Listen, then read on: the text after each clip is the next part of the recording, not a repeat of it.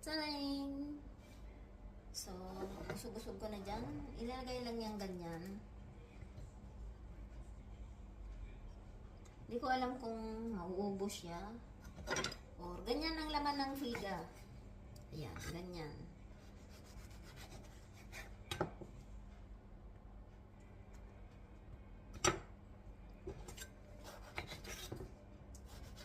Ayan siya guys. Fresh from our garden to.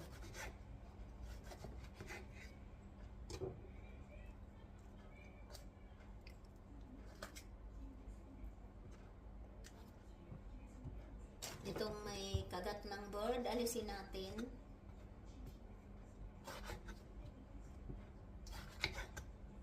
Yan ang laman ng figa guys ha. Pinakita ko na yan sa inyo. Ganyan yan.